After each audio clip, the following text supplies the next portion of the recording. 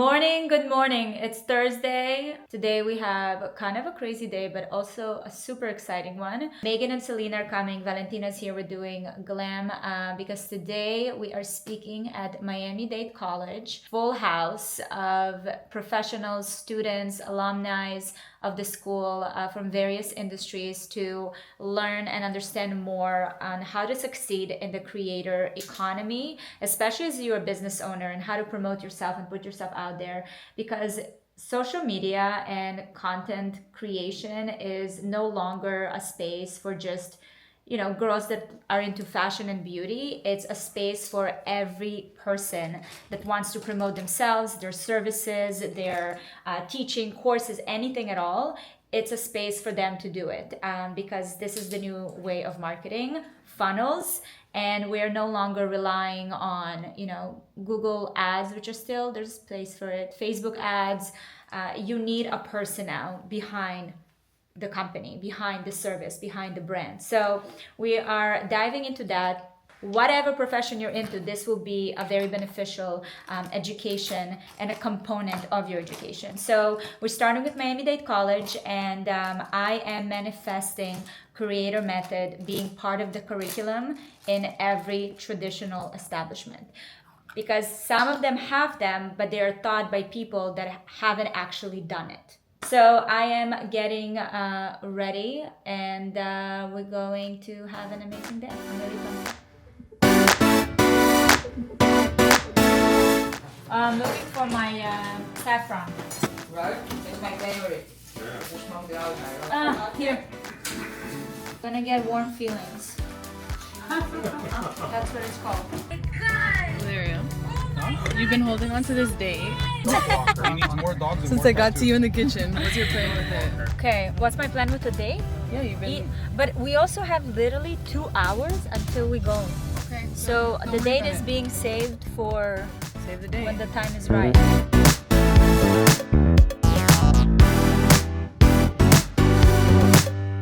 So cool.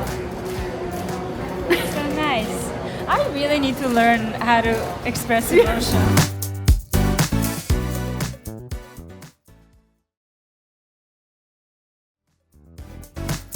That was the very impressive young lady I was telling you about. He was saying how impressive you are. Thank you. Here we are. Nice. This is Giselle. Hi. She'll be moderating. Here. Mommy, Yeah, do you want me to record during the thing? that's a date. Can I have I've been carrying it for a while now. Can I have Just this like for a a little second? date Alchemist, with me. Can I Yeah. have this for a second? This is your first creator method outside of our community. event. Outside of our community, and it's a big room too. There's gonna be like I think 400 people. I remember that on my vision board, I actually posted it on stories. I had an auditorium like this, and here we are. It's gonna be really great. I'm excited to chat more, have Giselle moderating the conversation, and just sharing like insights and learnings, and really emphasizing what I'm we just, were creating. I'm excited about, how much the demand has grown for content creation. And one of the things I'll be saying on stage, and this is I've been talking about it lately, is that content creation is no longer this like niche profession. It's no longer this kind of niche side hustle. This is the main way by which human beings are communicating. They're communicating through the creation of community. So I'm excited that the world is going this way. And we're doing it together. Like everything. I love it. How long have we been doing business together? 9 years? July 1st will be 13 years that we're married. Yeah, And 14 years together. 14 years. Can you believe we've been together for 14 years? That's crazy. Isn't that crazy? It's almost half of your life. Almost. I met you were 20. The most important part of your life. What's the... What did I you thought do she was going to say it before? was the most important part of my life. She just said it's the most important part of your life. Thank you. I agree, it is. I love it. It's gonna be great.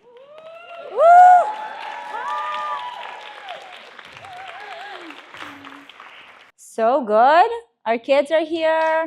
I see Creator Method members here. Love seeing your faces. Thank you. I am just so happy. I can't even describe to you how much satisfaction I get from doing this. I've had several businesses over the last few decades, and anything to do with content creation and the evolution of the space makes me incredibly happy. So I'm happy today and every day. I got into content creation or social media in general as kind of a stepping stone to break through my own limiting beliefs. So I finished my nutrition degree. I thought that I'm going to do kind of nutrition consulting. And when I started doing that with one-on-one with people, I really felt stuck. And I wanted to take that information that I've acquired and learned and share it on a bigger scale. That was 2017. And I started with a blog, which was very late to the game. Blogging was a thing probably in 2010. But that was just me learning about the space in general, like how you can communicate, how can you share. So I started blogging, and a few months in, I've realized that this is not challenging enough. Like I can't speak and I can't really bring my own way of doing things and conversing and opening conversations on a blog. So that's when I discovered YouTube and got into YouTube. So what started as, pushing myself to put myself out there, later became this thing because Gary started paying attention to what I was doing, and he's like, this is the media of the future. I didn't come in thinking that this is going to be some like big business. I was just trying to figure out how I, own my own and like build my own confidence. So when you say Gary started paying attention, when Valeria started, I knew what she was doing, but I was busy doing other things, so I wasn't really paying like a lot of attention.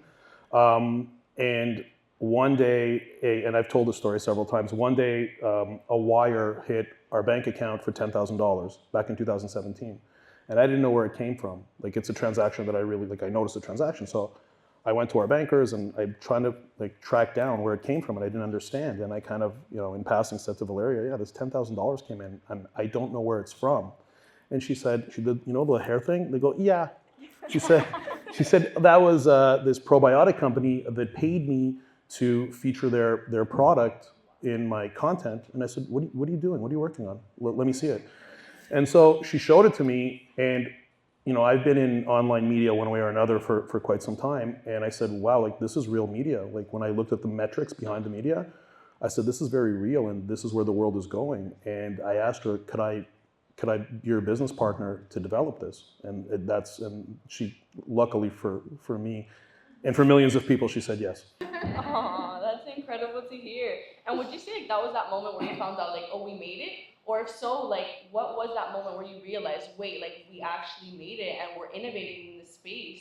We still haven't made it. What does that mean? We never make it. There's no finish line. Yeah, there is no finish line for sure. But I think for me, when it hit me that we're doing something that is innovative and something new, and this is the right place to be at, was when we started hiring for Valeria Inc. Because all these roles that we were looking for did not exist. Nobody, back then we were in Canada, nobody in Canada, no one creator had a team, understood how to, what are the roles that are even needed to build something like that, because this was a media company that is based on a personal brand. So yes, you see it in Hollywood for actors and for, traditional celebrities, but I haven't seen it anywhere with social media influencers. So I think for me, when we started hiring people and we started training them and really learning how and what these roles are, that's when I was like, okay, we're in the right space at the right time, because we can really mold it to be whatever it needs to be. Gary coming from his business experience, and then what I envisioned for my personal brand, that's to me was when, okay, this is good. When Valeria says we started training people, we didn't know what we were doing either. Yeah, right? Well, it was blind leading the blind. Yeah, but we figured it out. Yeah, I love that. I think that emphasis that you just said of we haven't made it yet, I think that's really important, because in the field that you guys are in and that we're learning about today, there's a lot of conversation about numbers. Everyone's pointing at numbers and assuming that is success. And you mentioned the 10,000, anyone could have automatically said that's success. But at the end of the day, you're constantly growing and still evolving in this field and still learning. So I think that emphasis on we still haven't made it, I think is so important for everyone to understand and really grasp in. Mm-hmm. So now I want to jump straight into content creation and the concept of it. And so I want to start by asking, what really is content creation to you guys? How would you explain it to someone that might not know what it is besides just being an influencer? Content creation for me is truly like a representation of me online. So to me, I no longer differentiate kind of the digital world and the real world. They're kind of intertwined at this point, integrated in a way. So the way I operate is whenever I create content, I always think about what I put out there online is also going to be a representation of me in the real world. And it's, again, just a portfolio. Depends what the goal is. For me, the goal was to really develop myself as a thought leader and to share my self-discovery journey. And I created around that, but it had to be aligned with who I am in real life.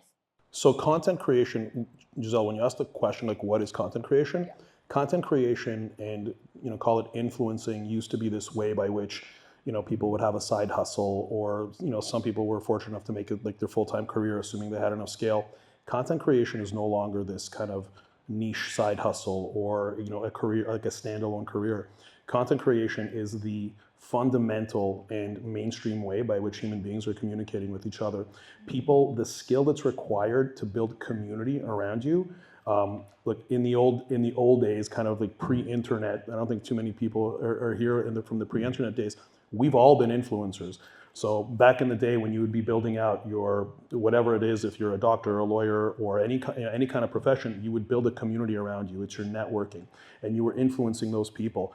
Now we have the technology to create community at scale. So to me, content creation, it's literally mainstream human communication.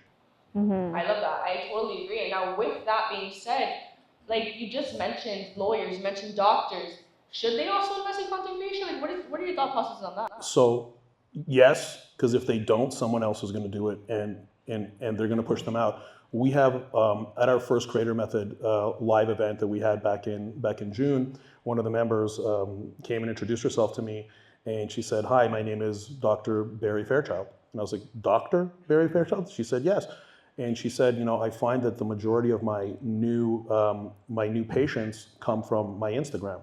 And I said, "Oh wow." She said, "So this was, like scaling my social media was crucial for me." And so, now since she started, she's more than doubled her audience size. And so, yes, it is crucial. It's crucial for anybody who's in any kind of business, or it's not just for entrepreneurs. It's for people who are employees as well. It's for everyone. Yeah, no, that's amazing. And honestly, like you said, like a doctor, a teacher, whoever it is, it's just about creating an audience. Whether you don't have to make it your full-time career. You don't have to be just a content creator. You're not just an influencer just because you're in content creation. You could optimize your business in a great way. And with this all being said, I want to talk about how can you utilize, would you suggest to utilize social media to leverage that career capital? I think for me, when we talk about different types of industries, at the end of the day, people want to work with people that they can trust. And through social media, you're putting your face out there, you're showing up, and it, first of all, takes courage, which is already admirable. I think when people look at different professionals online, see the videos and their faces and their voices, you can truly connect. So I want to work with people that I connect. So to me, that's kind of an obvious. I didn't answer your question. What was your question? Yeah, remind us the question. It's kind of like, how do you utilize this social media platform to grow that brand, that career capital as a whole? So with utilizing is truly, again, showing up. This is your portfolio online. So if you are trying to promote a business, you have to speak and connect through sharing your insights, sharing your strengths, sharing who you are, so people can connect. I want to make sure I understand the question. Is your question, how do you build that community, or how do you leverage a community in order to benefit you in anything you're doing? Yeah, so how do you get that community and utilize that social media as like a strategy? So well, those are two questions, right? So one is kind of like, how do you build it? And then how do you kind of reap the benefit? Yeah. So the way that you build it is, it's, content creation systematically at scale. You have to take a look and understand, if you're doing this full time, then you have to, ask yourself, how much time do I have, and therefore, what is my output going to be? How many pieces of content am I going to put out? You have to schedule your time for moderation, meaning, talking with the community. So all of that has to be done. But in terms of, and that's systematic. That is something that you have to schedule yourself. If you're doing it part-time, let's say you're doing it for 10 hours a week, then you have to do the calculation as to how much content you can put out. But it is the systematic creation of content. It is putting out the content. It is moderating your community, having a two-way conversation with them. It is having the resilience of continuing when the data flattens out, when follower counts stop growing or decrease or engagement drops, because you have to have that persistence. So there's a whole method by which content creation is done. Now, with Valeria, we have an 18-person team doing a number of different things, but that wasn't always the case. Valeria was doing this on her own for a very long time, and most content creators in the world are on their own, or maybe they have one or two kind of helpers. The broader question of how to then utilize that community that you're building on an ongoing basis for your benefit, the benefit comes as you go. So depending how you want to monetize, in Valeria's case, our primary monetization model is brand partnerships. But for other people, it could be new patients if you're a doctor, it could be new clients if you're a lawyer. If you're a venture capitalist and you want to share your expertise on investing into companies, then it is deal flow that you get. So there's a number of different ways. If you strive to be, I don't know, a social media manager, the social media manager that we recently hired, we had seen her talking on her social media, on her TikTok and Instagram, and we chose her over the other applicants that simply had a resume that we couldn't. So it was already tested out. So the benefits are endless. Mm-hmm. Yeah, they truly are. And like you mentioned just now, a lot of times now your presence and your online persona is not simply like a side hustle or anything. It's literally a prerequisite for your resume. It's like adding on to it. It's part of your portfolio, like you also added a mention of. And I also want to ask, when it comes to this world, there's so much content out there and there's so many different types of creators, and it's really easy to feel very out of place, or maybe you don't have a voice, you don't have a shine out there or a place out there. What would you tell to somebody or that is in this and wants to get into this but feels like maybe they don't have anything that'll make them stand out, or maybe they just feel like the regular public? What would you tell somebody in that position? I don't think you need to be this extraordinary person to go out there and have social media presence. It helped you. I'm sorry? Well, you're an extraordinary person. Thank you. But I feel like social media, in a way, made me extraordinary. I always talk about the fact that putting myself out there, it was like mirrors from every direction. And it was such a blessing because you are able to really look at yourself and to understand what is your message and find your voice. I wouldn't be able to find my voice if I didn't put myself out there and practiced it. And throughout the years, I've been doing it for 8 years now. Throughout the years, there were periods of time where I look back at them now and I'm like, that's not me. Who I was in that period wasn't me, but I had to go through it in order to find it. And I'm still going through it. So to me, it's really more about, am I investing in the future me? And do I have the courage to put myself out there for the future me, for my business, for whatever, idea that I have for my life? And you make a decision and you go for it.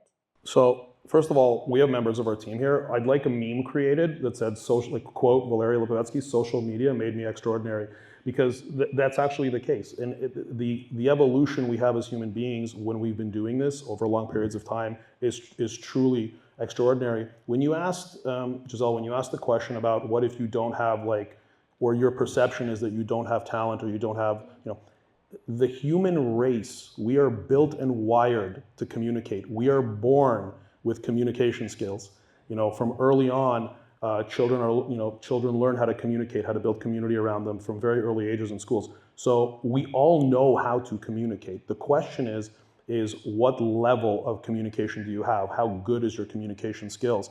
And your communication skills are brought out in the creation of content with time, with effort, with doing the reps, with creating the content and putting it out. That skill develops. So to answer your question, what if you don't have that innate it factor? We are all born communicators. It's just a question of now doing the reps, putting it out there and getting it done. Because I can tell you my observation of Valeria from when she started at the age of 26, and she was truly extraordinary and talented, she still is, to now where she's 34 and it's been 8 years, I'm beside myself seeing her evolution.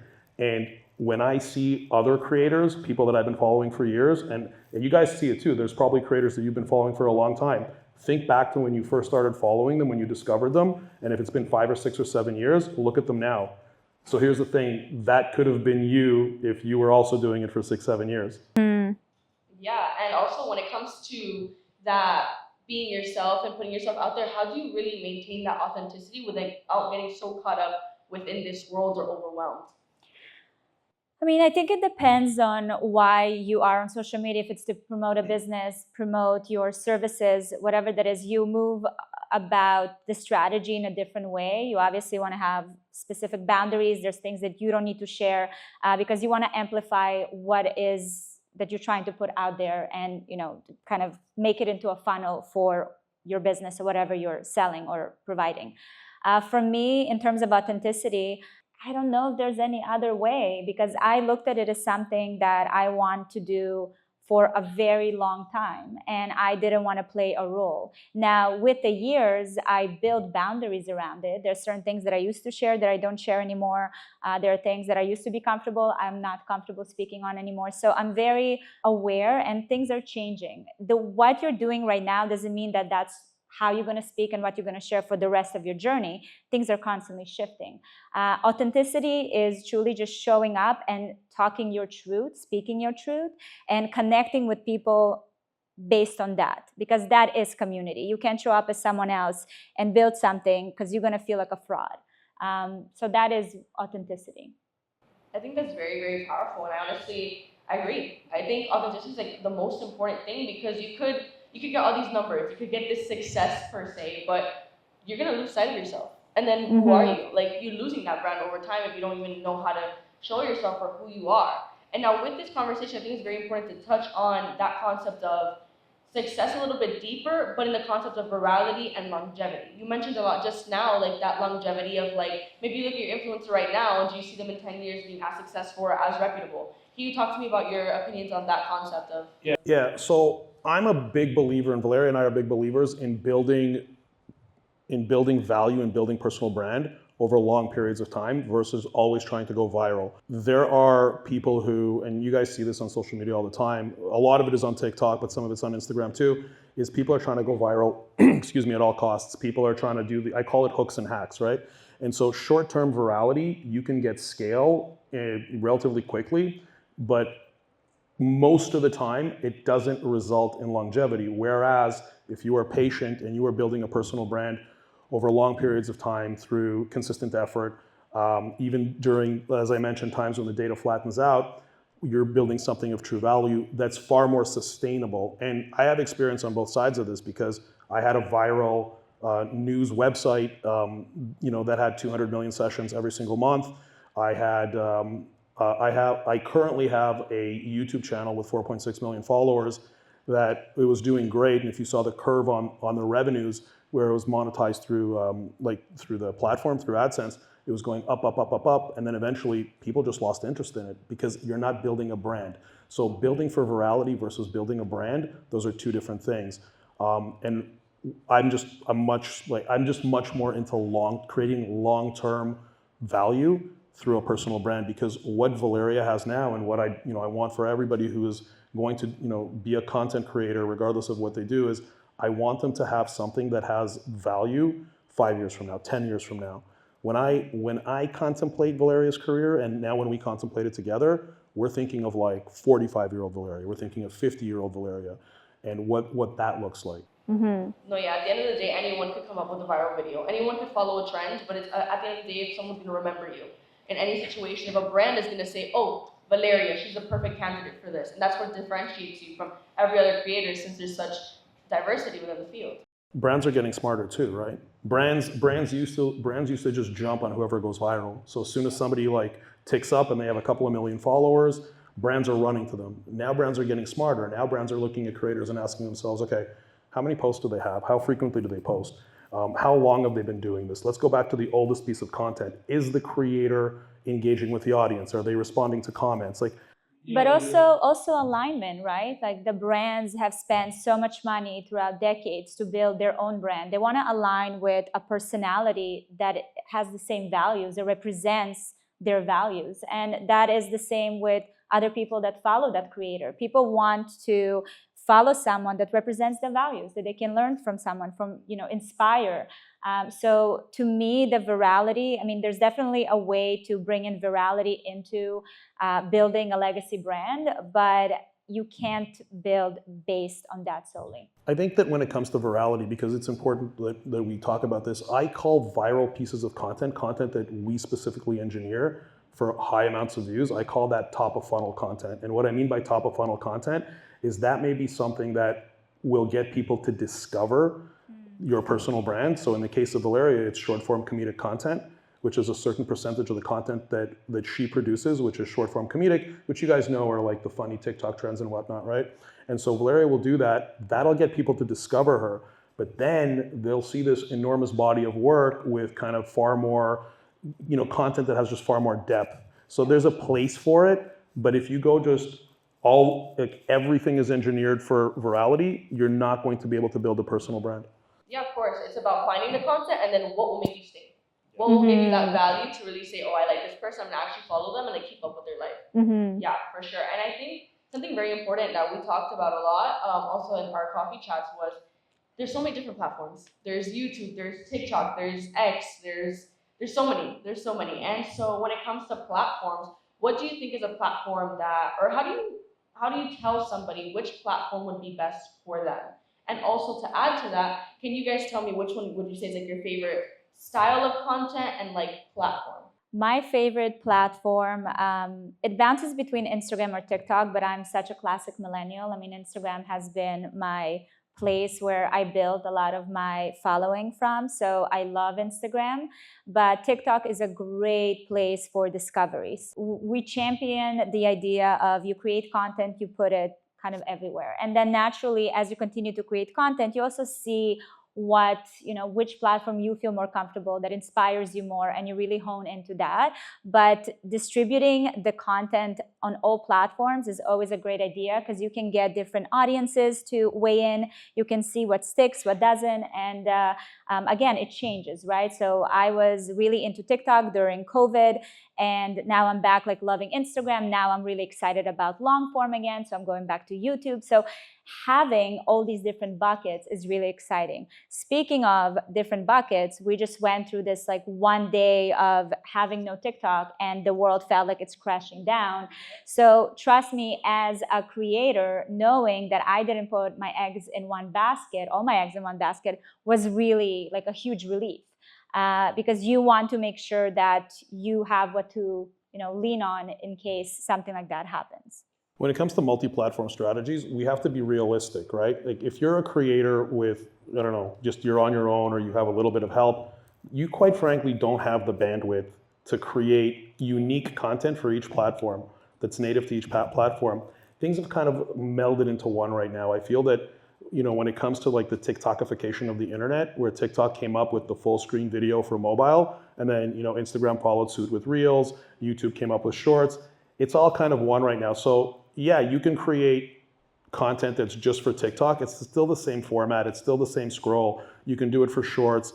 But at the end of the day, I mean, you simply don't have the bandwidth to create all of it. So especially for early stage creators, I suggest syndicating. So if you have created an Instagram Reel, that file, just make sure you're not editing it in TikTok and leaving the watermark, or even if you don't leave the watermark, I still believe that there's some kind of tagging that's done. So better to just edit it, or just do it on your phone, use an editing tool, and just syndicate it across the board. Because once you create that piece of content, and let's say your main platform is Instagram, the extra work to put it on TikTok and Shorts, and honestly, even LinkedIn, why not? It doesn't hurt. So the reality is most people don't have the bandwidth to create unique content for each platform. And realistically, when you look through the data, what's going to happen is, for whatever reason, one platform, the people on that platform, the audience will just gravitate to you more. The metrics will be superior there. So when we talk about a strategy to be multi-platform to mitigate risk in case one platform goes down, you can try doing that. But in reality, your audience, they're going to find you on the platform that they're going to find you on. I think for Valeria, the reason why she gets the most amount of engagement on Instagram is because I just believe that that's where her audience is, that engages. She gets less on TikTok because it's a younger demographic, but you should create across the board. No, yeah, like diversifying yourself is always important. And something that I remember, like you added emphasis on, is like podcasts. Podcasts are everyone listens to podcasts, but they're so diverse. You could get clips from a podcast and post on Reels. You could get a clip from a podcast and post on TikTok. And I see them all the time. I'm scrolling at night and I just see so many podcast clips, and I'm like, wait, I'm interested in this podcast. Let me go check it out. So keeping that multifaceted aspect into it, I think is very important because at the end of the day, it's gonna drive to like one main source, and it's all gonna come back to you, and it's multiple different. You get different audiences. Like you said, in TikTok we have the younger audience, and Instagram we have like that middle, and then yeah, it's just very important to keep that. Where are the old people? I feel you didn't want to insult me. Where are the old people? Facebook. Actually, yeah. I'm not even on Facebook anymore. I don't know what happened there. This is where I go. No, yeah. I mean, honestly, I've seen like with the transition with Meta, a lot of people are kind of going back to Facebook. So I'm telling you, listen, it's cyclical. So I always say, like, just keep an eye on things. And syndication is what I meant also. Obviously, if you don't have the capacity to create organic content native to that platform, syndication is key. Because again, you learn insights from different platforms. These platforms also change all the time because they're trying to be kind of, move with the times, how the audience responds. So you want to be in there, even if you're not fully active, just to be part of that. Yeah. Yeah, and also something very important about different platforms, they're all very different and they all measure their success differently. I'm going to mention a lot of success, but again, success is very different for everyone. It's just a general term of like realizing in the direction that your content is going. And when it comes to that, we talk a lot about data analytics, and we talk a lot about how to understand and what to look out for. What are some things that you think that those interested in content creation should look out for with data analytics? And is that everything they should be looking out for? I mean, I'll start because Sure. I'm kind of the creative part, and I try to No, but you're stay. selling yourself short when you say you're kind of the creative part. I'm more of the but You have your hands in everything. I have my hands, but when I have my hands in everything, I can also get distracted. So I have my own way of working, right? And everybody finds their own kind of rhythm. But for me, I try to stay away from hovering too hard and focusing too much on analytics when I start feeling like my creativity is getting drained. So I focus on filling up my cup and really create from a place of what is my message, not from a place of I have to create because my views went down or I'm trying to gain more followers.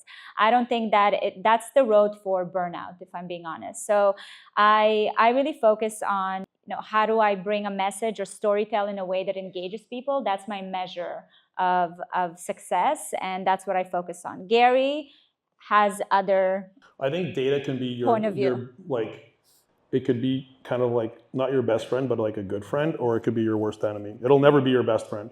Data is a bit of a trap. So the creators that we work with and the conversations that I have, there are people with 1,000 followers that are 3 months into it, and they're just sitting over the data, and I get emergency calls. Somebody needs to talk to me because they're getting depressed. So there's a whole psychological game. So the data has a very negative psychological effect on creators at any stage. But the mistake that creators constantly make is that even if they're in tens of thousands of followers, they're looking at the data and they're judging themselves. They're putting their self-worth in the data. They're looking at number of views. They're looking at likes. They're looking at follows. They're looking at share saves. They're looking at all of this data and they're tying their self-worth to it. It's ridiculous. At early stages, and when I'm talking early stages, I'm talking even in the tens of thousands of followers. At those early stages, your success metric is putting the content out. Because what the true success is actually the experience you get from putting the content out. So what matters less over, let's say, 100 reels, if you're using Instagram as an example, what matters less about those 100 reels in terms of, it doesn't matter about the views and all of the data behind it. What matters is the experience you gain as a creator by putting that content out. You can then look at that content as a larger data set after that whole 100 is out, and you can say, okay, let me take the top 10 pieces of video, let me take the top 10 pieces, the top 10 reels, and let me try to understand what are the common denominators, both qualitatively and quantitatively, in that top 10% of that data set that I can make a series out of. Let me see, like maybe I was, even something as simple like I was wearing a black t-shirt, so maybe I should wear black t-shirts more often. You don't know how the audience is responding, but looking at data on a per video basis and pivoting your career based on a single piece of content, data can be really problematic. The way that I described analyzing data by looking at a large number of reels, like let's say, using Instagram as an example, by doing it the way I described and taking those top 10, and at that point you have statistically significant data that you can take a look at and understand audience behavior and understand your community's behavior. At the same time, you also have to be looking at comments. You have to be looking at DMs. Just a quick example, our 6-year-old, he was 5 at the time, he had thrown some stuff in the swimming pool and he clogged up the filters and it was a bit of a problem there. But on the way to school, I took a video of him and I asked him, I said, Maxie, your toys are in the pool and you clogged up the video. Anyways, he had a really cute response, and I put that in stories, and in stories, I got this overwhelming surge of DMs, people talking about it. So I said, you know what, like there's an emotional kind of reaction to this. Rather than looking at the data and how many views that story frame got, I said, okay, let me put this up as a reel. And I put it up as a reel, and then I shared that reel in stories, and I added the context and said, you guys were so passionate about this in my stories, so I made it a reel so you always have access to it. And that's probably one of my highest performing like organic reels. So when you're looking at data, people are looking at data and they're completely ignoring the qualitative aspect of the connection with the audience. Yeah, and especially with, at the end of the day, numbers are numbers. Anyone could be scrolling through their Instagram and just like it and not even see what you're posting. And so when it comes to like people DMing you and commenting on your post, they're telling you what they want. They're telling you what they like. And definitely paying attention to that and listening to that is just as important, more important in my opinion, than looking at just numbers on Hootsuite or whatever platform it might be. And now something very important that I see all the time is I'm opening Instagram, I'm opening TikTok, and there's people claiming that they're successful in the field. And the first thing they tell me is, listen to the algorithm. Listen to the algorithm. You need to post at this time of day. You need to do these many videos, this many times, use all these hashtags. And at some point you get overwhelmed and you're confused. And as someone that would like to get into the field, I'm kind of trying to listen to it. I'm like, wait, hold on. Let me put this, let me use these captions, let me use these hashtags. And then my video doesn't do as well as theirs does. So what are your thought processes on that whole algorithm conversation? I mean, I don't subscribe to any of it. We speak about it all the time. I feel like it stops, it kind of kills a lot of dreams. A lot of people don't start because of the overwhelming expert advice online with all these, to Gary's point, how do you call them? Hacks and nicks and hooks and hacks. Yeah, it's all the same thing. It's under the same umbrella. To me, it's not important. I remember when I started, the most important thing for me was to develop a muscle of creating, a muscle of knowing how to reignite my creativity, where to bring inspiration from. That was the most important thing for me. And after that, we started looking at, once we had a big body of work, we started looking into specific data. But never have I ever, and I tried, by the way, the hooks, and it just completely, first of all, it takes away my personal voice and how I tell a story, which is the whole essence of my social media. And I just got too lost in it. So I always say, like, don't focus on that at all, because the essence and building those muscles is where the focus is. When you drive a car, where are you looking? The street. I certainly hope you're looking at the road, right? So when you're, maybe not everybody, right? A lot of people are looking at their phones, but let's assume, yeah, in Miami for sure. Let's assume that people are looking at the road when they're driving. And what they do from time to time is they glance at the dashboard, right? To make sure your speed or your RPMs or whatever else you're looking at.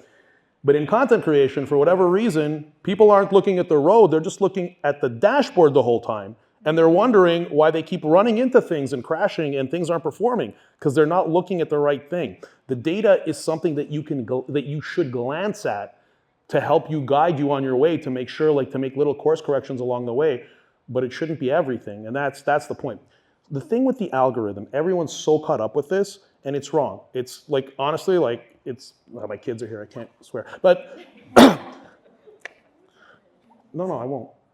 No, come on. So with the algorithm, what people are completely ignoring, and what's the premise of all of this? I'm gonna give you guys the secret. I'm gonna give it to you all right now. You're gonna all get it right now. People are ignoring human connection. What the algorithm does is it detects human connection. It detects that the content that you're putting out is creating some kind of a response from people to show that they're interested and engaged. Now, some of them we know, like click-through rates, we can see retention numbers. the data that we can see. Most of the data is hidden, we can't see it. Once the algorithm detects that you have created some kind of form of human connection, then the algorithm pushes you out. So when you're creating content and you're pandering to the algorithm, what is it? It's nothing. I mean, it's not nothing. I mean, it's code, it's a computer, right? It's artificial intelligence. You gotta appeal to the real intelligence, to the human beings on the platform. And once you do that, the algorithm will pick you up and push you out. Yeah, I agree. It's kind of like using ChatGPT as your therapist. Sometimes it'll align with you, but sometimes it'll be very generic. So I don't recommend it if you guys are thinking about it. It'll humble you very quickly. But talking about ChatGPT and AI, a lot of people are assuming that it's gonna rip away the roles for like content creation and like social media. They assume that you could just put your face on a video or even get your face taken to make their own video and just attach a robot to caption it, and it's just gonna create success. But there's other ways to utilize AI and artificial intelligence to actually improve your brands and help you grow. And what are your opinions on that? And how can you utilize AI to help you with content creation? I'm a little more old school. I haven't yet really ventured into building a relationship with AI. Gary, on the other hand, he has a name for his ChatGPT. He speaks to it every day. I asked ChatGPT what its name was, and it told me it didn't have a name. And I said, if you had to come up with a name, what would it be? And I forgot. That was a while ago. I haven't called it by that name. Oh, okay. Share your work with ChatGPT and AI in general in our landscape. I think your first question is, do you feel it's going to replace creators? So I think it'll replace the hooks and hacks creators, because I think a machine can probably do it like better. It's not, again, getting back to my last point, which you guys can see I'm really passionate about, it's not going to replace human connection, because it's not human, right? So it won't replace that. So I'm not concerned about that. And that's why I want to go back, and I'll tell you how I use ChatGPT, but I want to go back to emphasizing, guys, you're going to be content creators not for the purpose of like, some of you are going to do it for brand deals and for direct revenue, like we do it. But a lot of you are doing it just for your overall, just, your networking, however way you're going to monetize. There's a million different applications to this. But it really is about building that human connection. So that's the skill you have to hone. And I keep coming back to it because it's supremely relevant.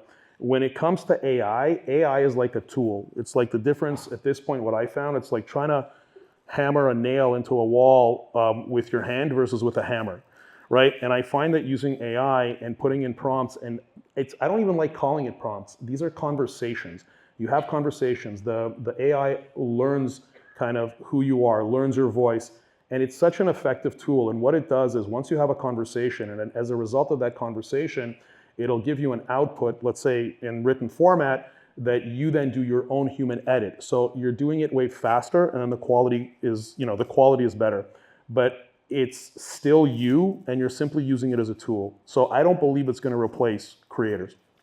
I also, and what I'm observing right now, we work with a lot of brands and do different projects. The appearance of AI and the popularity of AI and ChatGPT is actually pushing humans to crave in-person connection. So if you notice, there's a big rise now with the in-person communities, events. That is the response to AI, because we, again, to Gary's point, we cannot get from AI what we're getting from meeting people. So they won't replace creators, because you can bring the robot in person and have a deep conversation with and hug you and kiss. Oh, maybe, I don't know.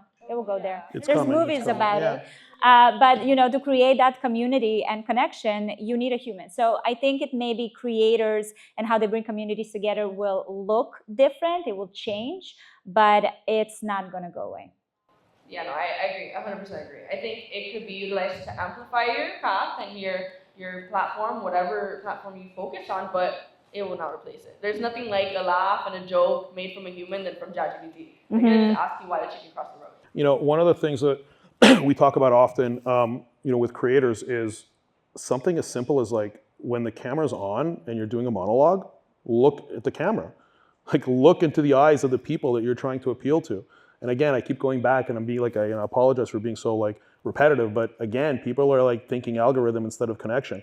If you look at most people's profiles, and regardless of the platform that they're on, it's like a picture that's so far away from the person, it looks completely generic. You don't even know who they are.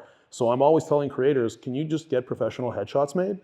Or at least take a picture of you looking into the camera? So people are ignoring that human connection element. yeah, it's not just about putting a video out there. It's about showing yourself. It's about that branding. It's about showing that authenticity. Again, just putting a video out there is not really going to get you anywhere. It's about showing them that connection and that community. Yeah, there's another concern that a lot of people have at various stages of their content creation, and that's about oversharing, and that's about a loss of privacy. And so with that, as much as hundreds of millions of people see Valeria every month, like the impression she gets, and some of those people see myself as well, we still feel like private people. Like we don't feel like there's an intrusion or anything. And the reason for that is because we have edit. So unlike, let's say, for example, the Kardashians, the deal that they made with Ryan Seacrest was that, like, here's the keys to the house. We signed a contract, and they never had edit. Maybe now they do, but they didn't before. And that's what those deals look like. The thing is here, you don't have this layer of corporate kind of Hollywood or anything like that telling you what you can and can't put out. So because you have the decision of what you put out and you cannot put out those private moments, I'm just mentioning this because this is something I hear a lot about. People are concerned about the loss of privacy. Because we still feel like private people. So because you have edit and the ability to control what people see, you really don't have a loss of privacy. I also feel like privacy is A thing of the past? yeah, it's definitely a thing of the past. Yeah, but it's also very important because you could lose track of so much and you just lose that privacy. A lot of people also with content creation, a lot of people might think that they know everything about you. And they might feel like they have that entitlement in your life at one point. So when it comes to privacy, I know you guys do a lot of like family content as well. How has it been for you guys personally balancing that privacy and ensuring to keep it there aside from the edits? Again, the way we navigated it changed with time. When the kids were little, it was a lot more like family moments, so we shared a lot. As they got older, I really made it a point to take away the camera and to give them the opportunity to grow up and not feel like they're constantly being filmed. Now they're at an age where they're like, can we be in the video? So it really is changing, and it's your role as a parent and as an adult to pay attention and to make the decision that's best for your family.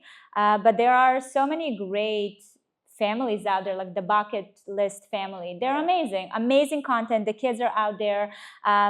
They brought so much joy and so much adventure to the online community. So you can't sit there and be like, oh, it's really bad when you put kids out there. So it really is for the parents to make a judgment based on that. But for us, we navigated it differently based on what I thought is best for them. Yeah, I believe that the benefit that children have from creating content, from being involved with kind of careful scrutiny by the parents to make sure that they're not oversharing, I think the benefit that the children will have later on in life as this technology progresses and as human beings become more of a collective consciousness being connected through technology, I think the benefit to them is going to be great. And I think that in 20 years when our kids are going to be, they're going to be adults, the benefit that they're going to have by, first of all, they'll have, budding personal brands. They're going to have like a head start. I think just that experience of being in front of the camera, that experience of, I think it's priceless because they'll be a lot, Benjamin over here will be far less nervous. Hey son, where's Jake? You went to the bathroom? They'll be far less nervous getting on a stage like this than I am. Because it is and I push myself to do this stuff. I'm a little nervous, but I push myself to do this because I do believe that we all have to be uncomfortable to progress. But it'll be far easier for them. They'll have way more experience with this. That's the benefit that they're going to get. Yeah, it's going to up their confidence by a million. Even now, we were just talking about one of your sons made a website.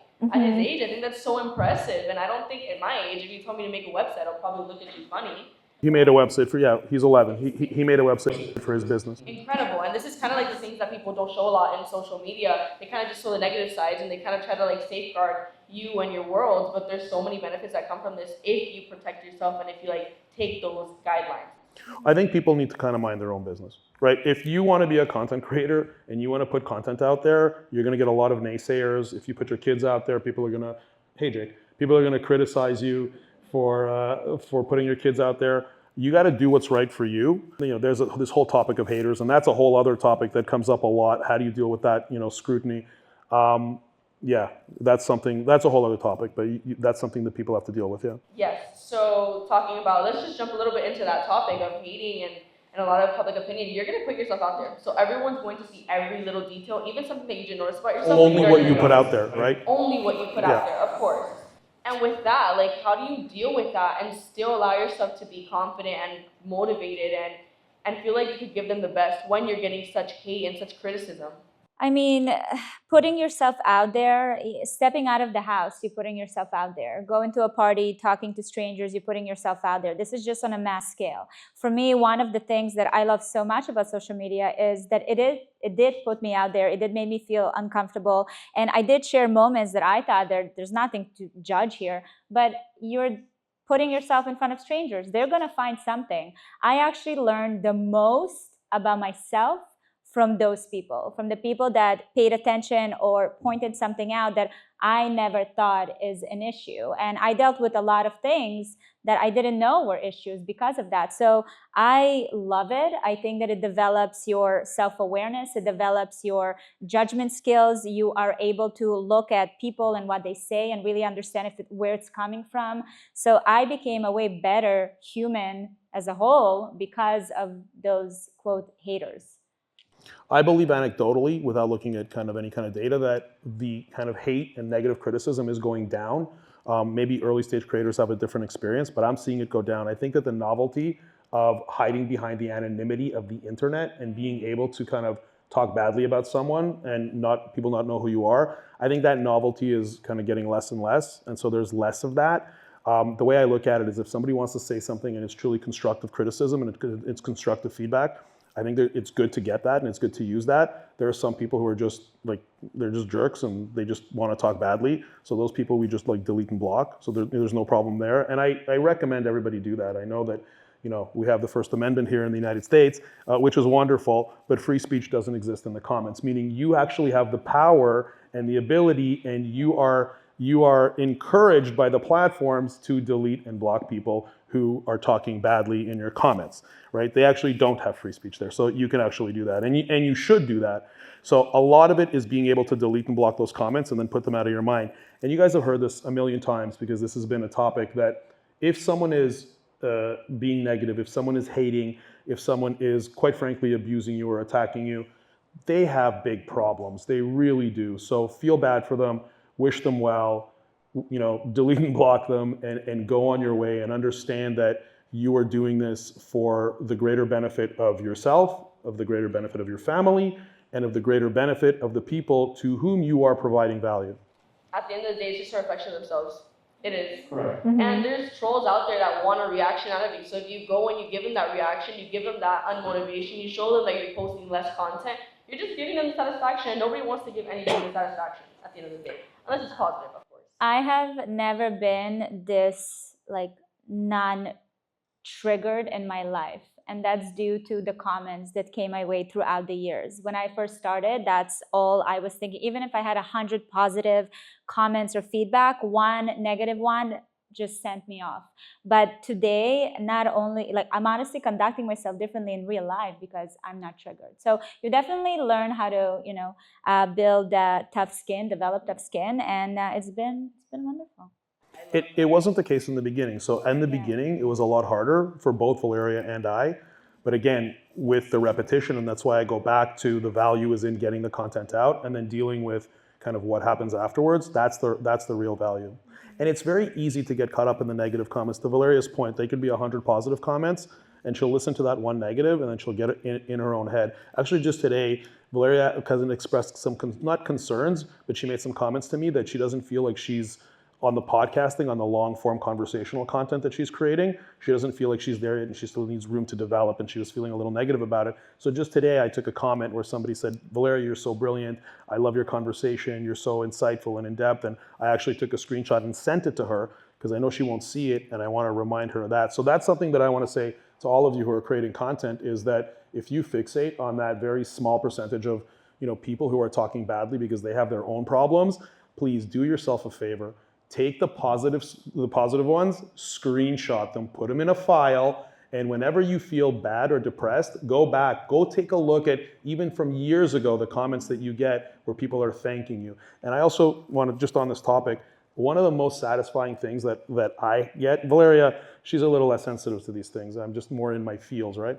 One of the things that I get is that when we're out and somebody stops us and comes and wants to say hello to Valeria, when I see their reaction, when I see kind of the emotional response that they get by meeting Valeria in person, it just really warms my heart, and it really tells me that why we're doing this. So I want to urge all of you who are either on the kind of the precipice of starting this, or you're already doing it and you're running into problems in terms of like negative comments or you're too data crazy, just keep in mind the bigger picture and what comes out at the end and the person you're going to become and all of the positivity. The positivity is so much bigger than any of the negatives.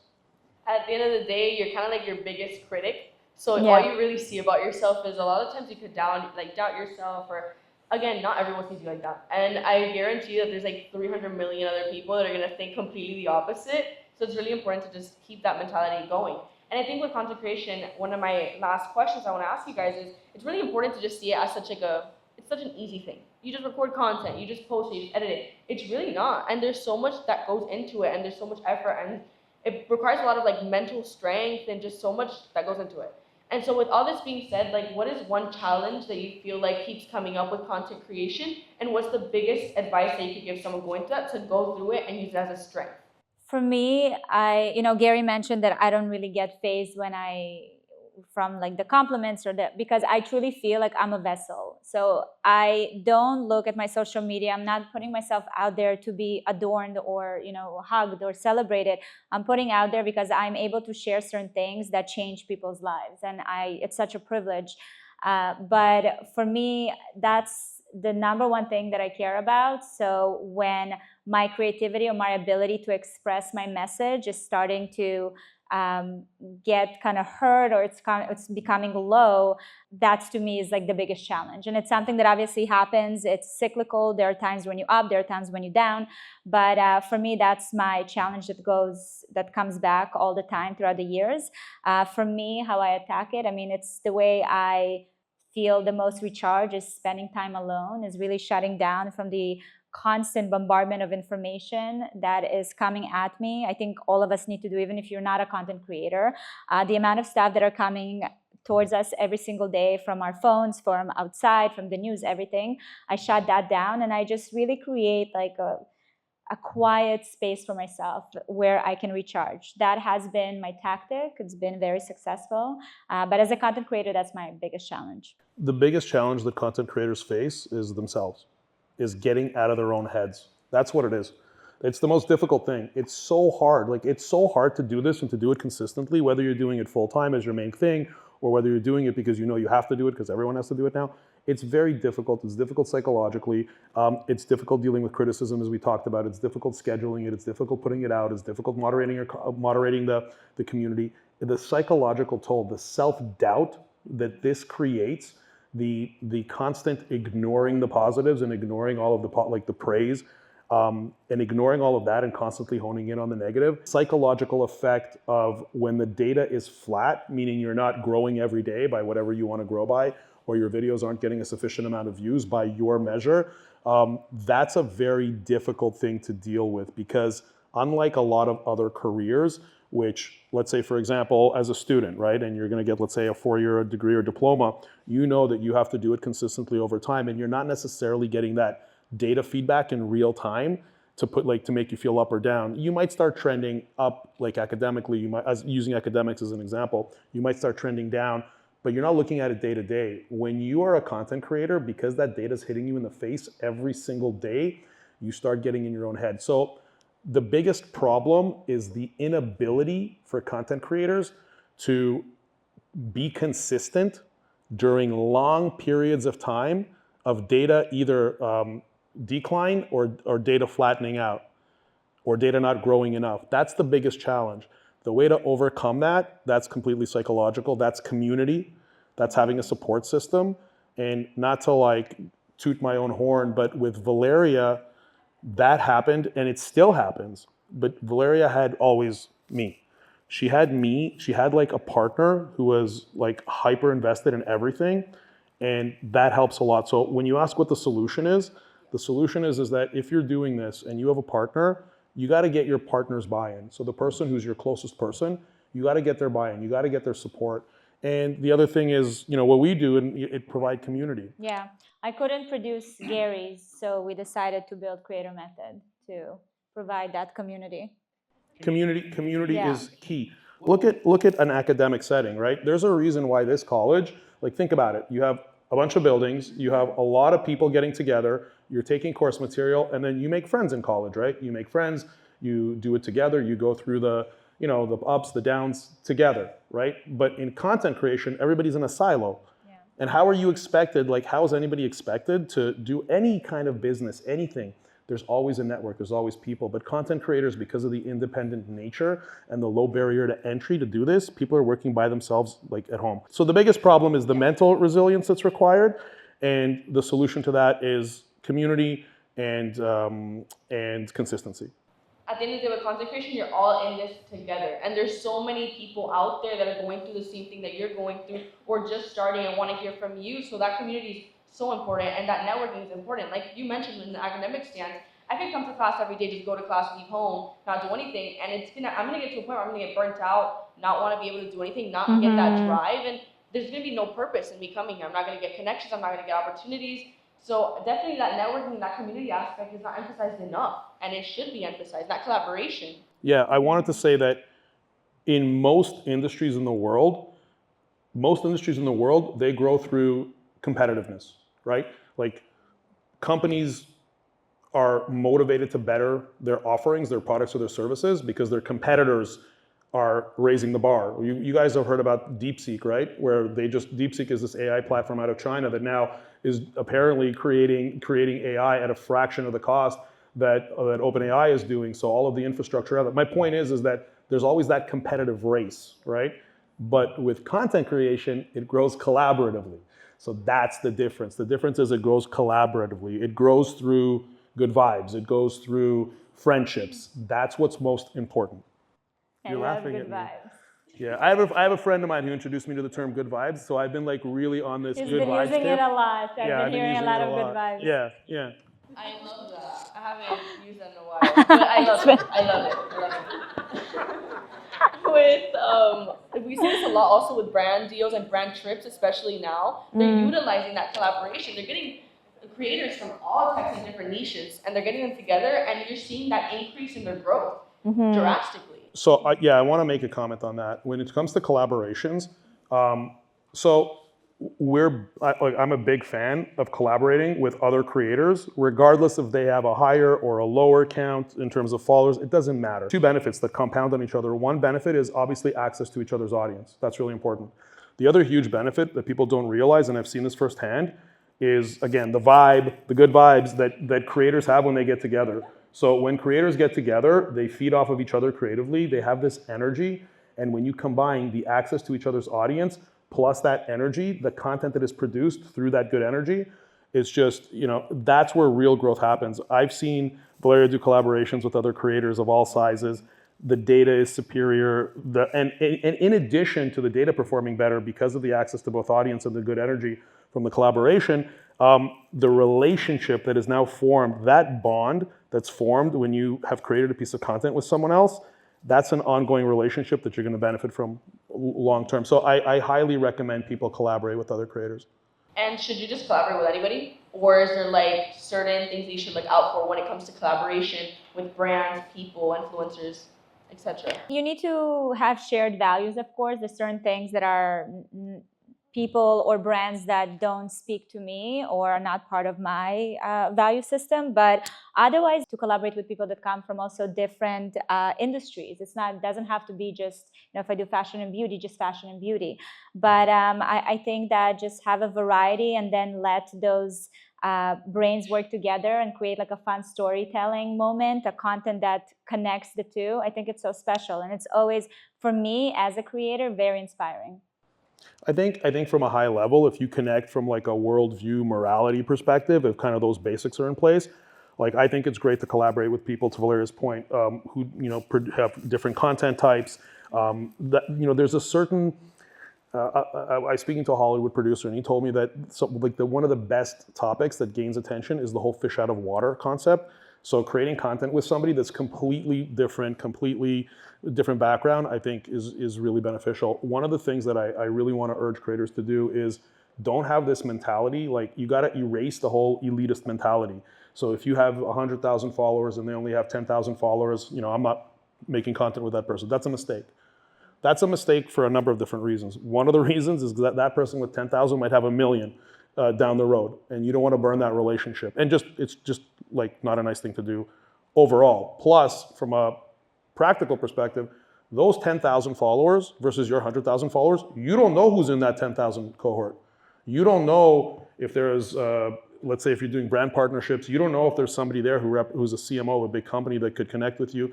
You don't know if there's a network, you don't know. And it's just the right thing to do is to get those collaborations going and not look at things like that.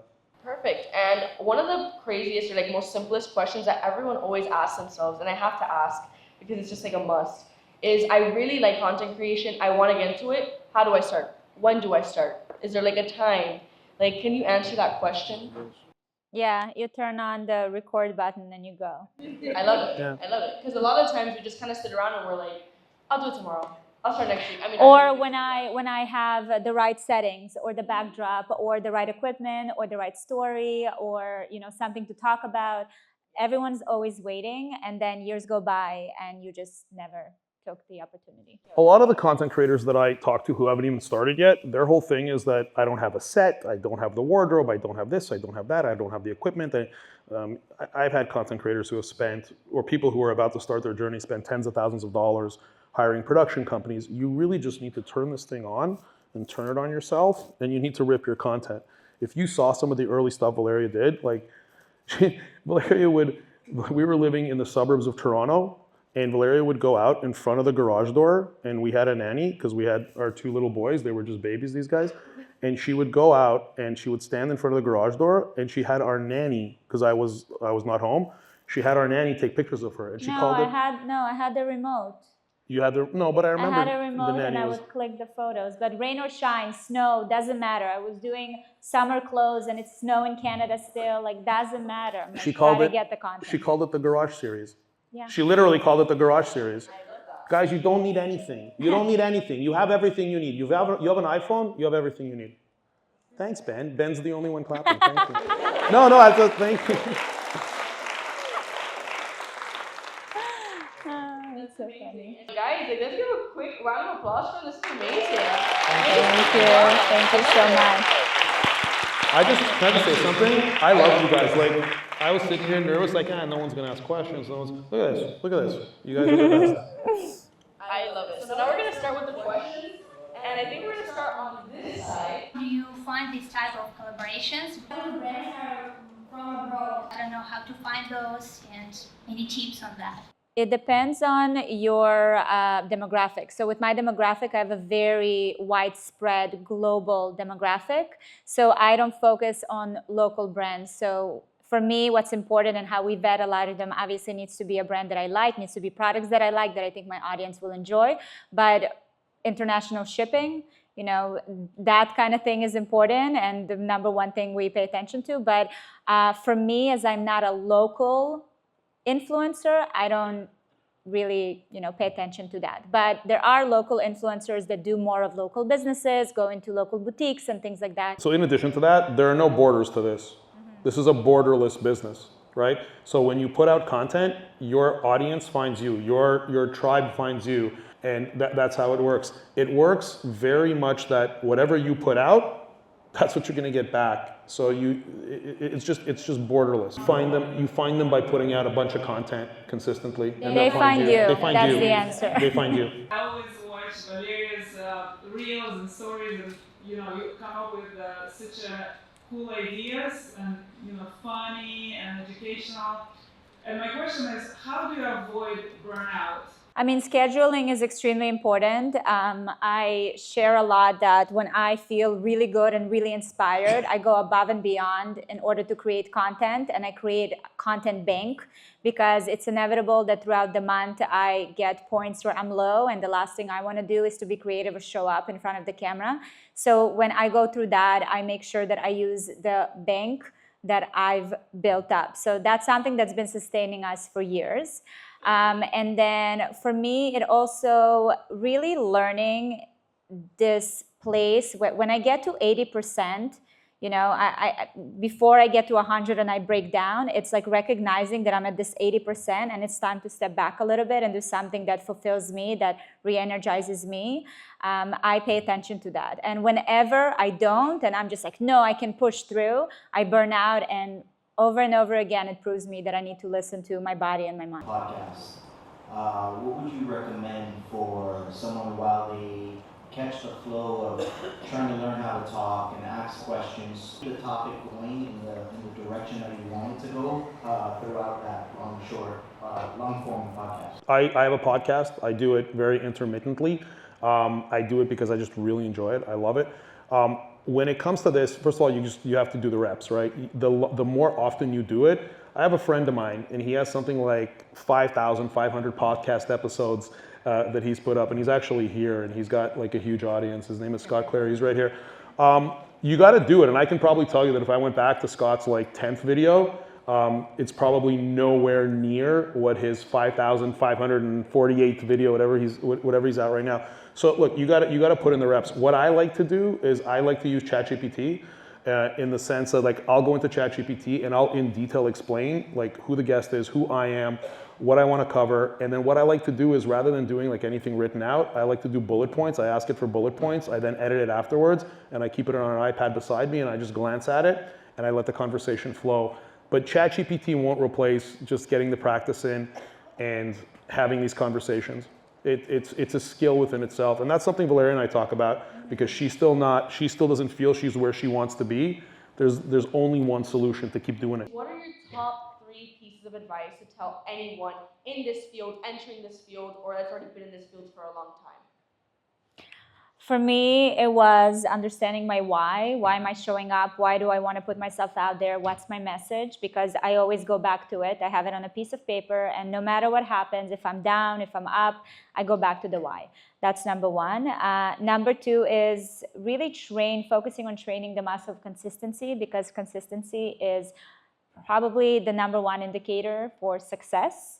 And then number 3 is to have a person or a few people that will be there for you when you need someone, to cheer you up. I think that's very important. You need an outlet where you can share your frustrations, you can tell your craziest dreams, and they'll be there to support you and to hype you up. I think that is extremely important. So those are my 3. First of all, know that you need to do this. As I said at the beginning, it's not really optional. You need to create community around you because otherwise, I believe you will lose out to the people who are.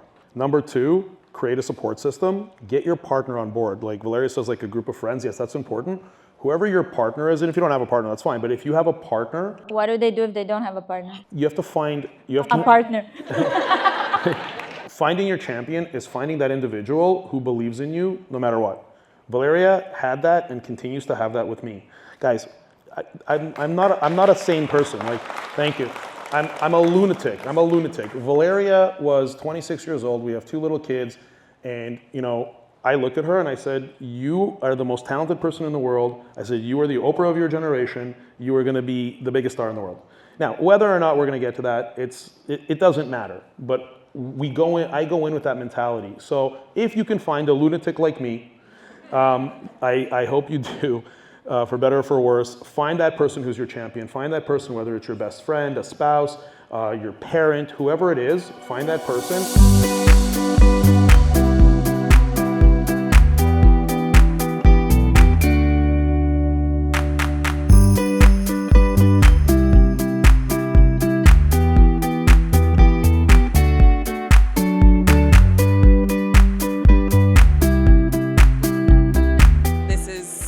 Our dreams, really. So to learn from someone who we admire so much and we follow and keep up with on the daily was an invaluable experience to me.